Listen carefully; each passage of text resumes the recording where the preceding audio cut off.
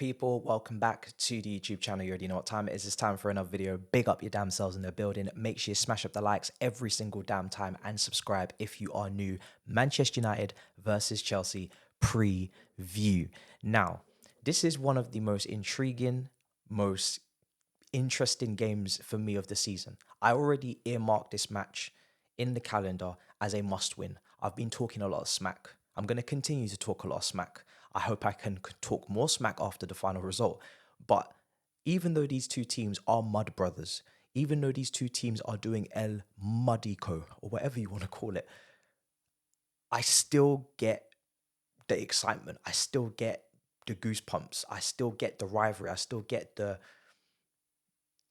importance of the game at Old Trafford for Manchester United versus Chelsea, because there is still so much on the line. It's not a title, but there's a hell of a lot of pride. And it's such a weird game. There's such a weird feeling going into it because Manchester United are having their own problems.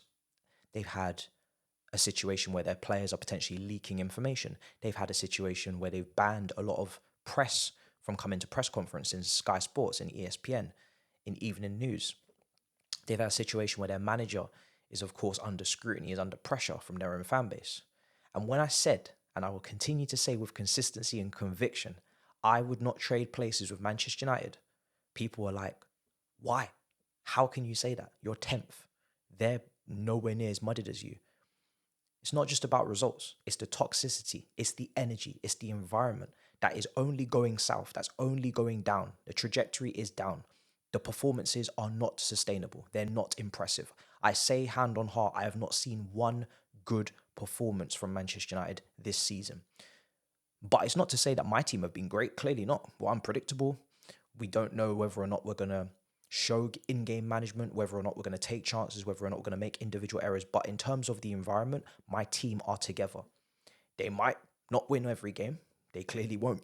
But my team are not at loggerheads. I don't have players eating, cheese strings in their car at lunchtime. I don't have tactical decisions where centre-backs are not making starting 11s. I don't have a situation where my homegrown talent on the left wing is walking off the ball. I don't have these problems. So I maintain that I'd rather be a Chelsea fan than a United fan, period. But I'd rather be Chelsea than Manchester United coming into this game. And I want us to absolutely drag them by their heels on that Old Trafford grass pitch, bruv. I want us to absolutely take them and finally, because I think it's deserved. For the performances, I think it's about time that they hold a humbling. And no better to do it than with us, because nobody really respects us. So I'm charged. I want to win this game more than you can believe, guys. And I think we can. But we have to cut out our own issues, and we're going to talk about that. But Manchester United, them as a club right now, like I said, I wouldn't trade places. We shouldn't be scared going into the game. We should be optimistic. I'm not going to go and say we should be overly confident because, like I said, we are capable of creating our own downfall. But Manchester United at the moment, and even when I've spoken to United fans in recent days, they're not confident. Even though they're ahead of us, in the table, I've spoken to my United fans. They're not confident. I've done combined 11s. We are getting 7-8 players in a combined 11 for availability for this match. We're dominating combined 11s. We're giving token players. We're just giving token players in 11s to try and keep people afloat. Bruno is the only one that definitively gets in a combined 11. Shaw is a peace offering. Hairline would be a peace offering. He's not scored a goal in the league this season. More goals from Alisson Becker in the Premier League. And I actually like Hairline, but this is facts. This is stats. So I'm fully charged. I've talked a lot of smoke. I'm continuing to talk smoke. I want all the smoke. I want these 3 points more than you can believe. I think it's an absolute disgrace, an absolute cheat. I'm sick to my stomach that we are behind Manchester United, and that is something that I've said consistently. The fact that we are behind them in the state that they're in the way they have played this season, it makes me sick to my stomach, and it needs to end. And the only way it can end is if we win this game. This is a must win. I'm not taking a point. I'm not taking a performance. I'm not taking positives. I'm taking points. I want the 3 points, guys. And that's the least, because we've had a lot of big games this season. We've had a lot of glorious draws and impressive performances. but it's time to actually take some serious points against 11 men away from home against a big club. And this is the one to do it. Change that record that we have. It's an atrocious record at Old Trafford, but they're not confident, which is crazy. But they're not, and I get why they're not, because they've got a whole heap of issues. But for us, in the press conference, Pochettino has been speaking about discipline. I think this is one of our biggest issues right now. We lead the league as a team in yellow cards. We lead the league as a team in red cards. As a player, as an individual, fouls committed, Gallagher leads the league. So in every department on discipline, we are sucking and we are paying the price, because we saw it. Thankfully, against Newcastle, we were able to, well, not Newcastle, unfortunately. Thankfully, against Brighton, we were able to continue to recover and get our points. And at Newcastle, we felt that. So we need to be able to keep 11 players on the pitch, and that would be very important to get in some sort of result here. But Pochettino's been speaking about it. It's not just the fouls, which I think our tackling technique has been poor from Gallagher. Caicedo, I've questioned it in the last game. But I think also the discipline in terms of dissent for the referee. And Pochettino spoke about that. You're talking to referees, you're cussing about not getting a yellow card for the opposition, you're getting booked yourself. So many players on the cusp of suspension because of too many yellow cards accumulated, which is what happened to Cucurella. He missed the last game, back for this game. We need to cut it out. And this is, again, coming down to the immaturity, the naivety, or just the lack of social awareness on and off the pitch from a lot of our players. They've got to learn from their lessons. They have to learn from these lessons. So very integral, more important than any tactic, really. I'm not going to lie. Keep players on the pitch. Don't give away stupid free kicks, especially when Maguire is going to play. He's going to be a slabhead and get his head on the end of one of these free kicks if you continue to give them away. Giving away fouls is not the way forward. It's just not. Clean tackles, and that is what we need. That's what we need to be aiming for. So that's the first thing I want to get off the chest. The next thing I want to get off is, obviously, I thought Pochettino, by the way, spoke really well in his press conference. He spoke about projects, culture. I agreed with the way he constructed his thoughts in that way, speaking about the difference between the two and not getting too confused and intertwined. Culture, right? About winning, about DNA. That's something we want to keep. Project, in terms of the way we go about it, the way that we approach it, how we get to maintaining said culture, that is what he is trying to change. That is what we are doing differently. And to just do what we did previously, you're not going to get the culture that you got previously of winning and trophies, because the landscape of the league has changed. And that is something that we need to accept. The landscape of the league has changed. The competition in the top 10 has changed. The quality and the money that other teams have has changed. And that means you need to move with more due diligence. You need to move more intelligent, and you need to have some sort of stability to find success. Or you can just have one league title in 5. But I think we would all prefer to dominate, right? So that's what Man City are doing. That's the blueprint.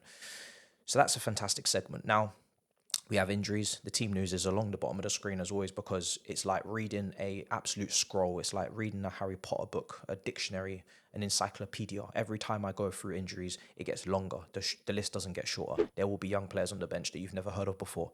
We will hold that. But Man United have got injuries too. Now, Madueke and Leslie Okachukwu's been added to the list. I said it against Brighton. I have no idea where Leslie Okachukwu randomly disappeared to. Man could have been abducted for all I knew, but he wasn't on the bench. Now he's injured, so this is what we're dealing with.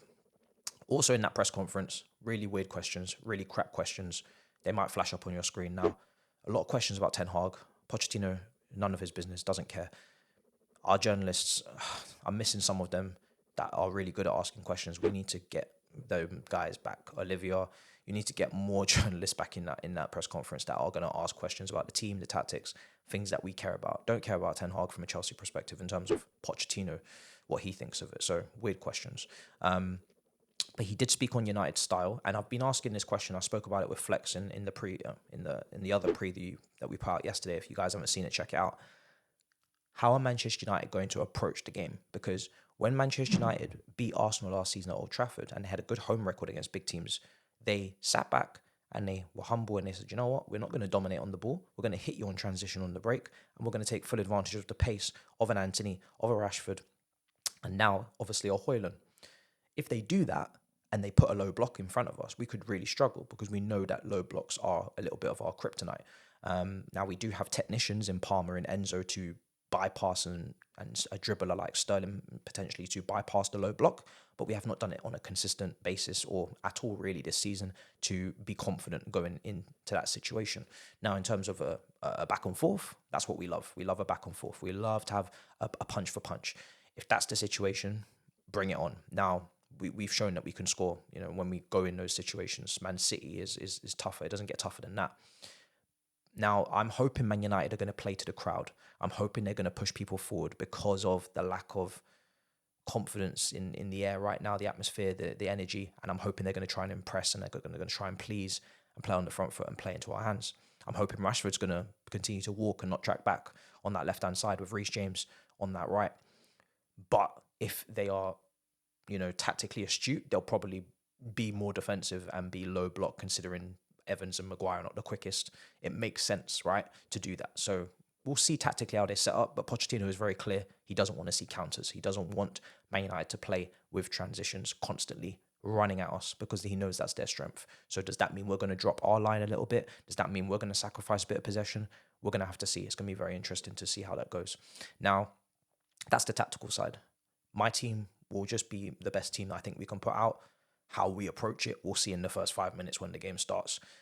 Now, Gallagher was spoken on in terms of it's not really going to change the landscape of really how we approach it. I think this is because this stat that you're going to see from Palmer, which is impressive, right? Because we've been speaking about Palmer's creativity, Palmer's, pressure penalties, Palmer's authority, but we have not spoken as much on Palmer's work rate and his due diligence to cover the passing lanes, make interceptions, win the ball back in the final third more times than any other player this season in this team.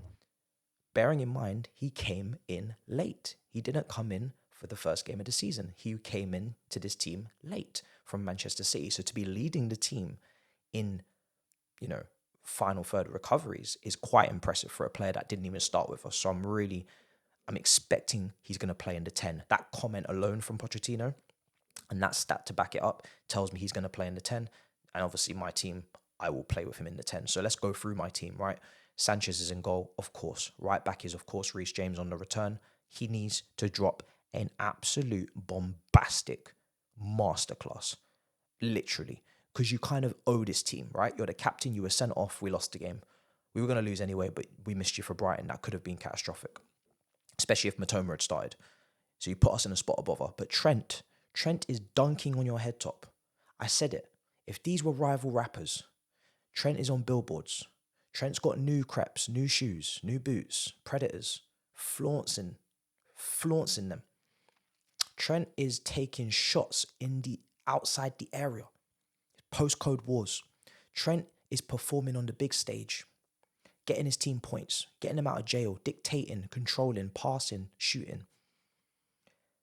Reece James rise. Reece James rise, bro, because the disrespect is starting to accumulate. It's starting to build. They're not even trying to have you in the conversation anymore. They're trying to kick you out of the group chat. Brother, rise. You are the captain.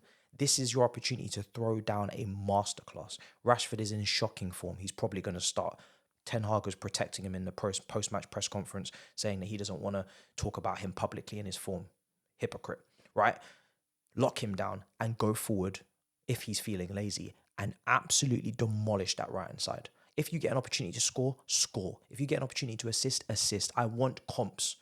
I don't really ask for comps. I don't usually play this game. But brother, you must. So it's a massive game for Reece. In the middle, centre-back, Silva and Badiashile, they both played well last game. Keep the continuity. Left-back is the only head-scratcher in this team. Do you go Cucurella or do you go Levi Colwill? I spoke about my concerns with Levi Colwill at left-back. I'm not really happy with the whole 1v1 recovery situation when he's defending out wide because he tends to just back off and let the wingers cut in and take their shots. And we've seen it 2-3 times this season. But Cucurella equally did not play well against Newcastle. Basically was in la-la land for the offside trap. So you let me know in the comments down below, who would you play in that left-back position? But for me, I am struggling. I'm trying to think to myself, is it going to be a Cucurella? Is it going to be a Colwill? Now, because I think Anthony might start at the right side, it might be better to go with Cucurella, to go aggressor to aggressor.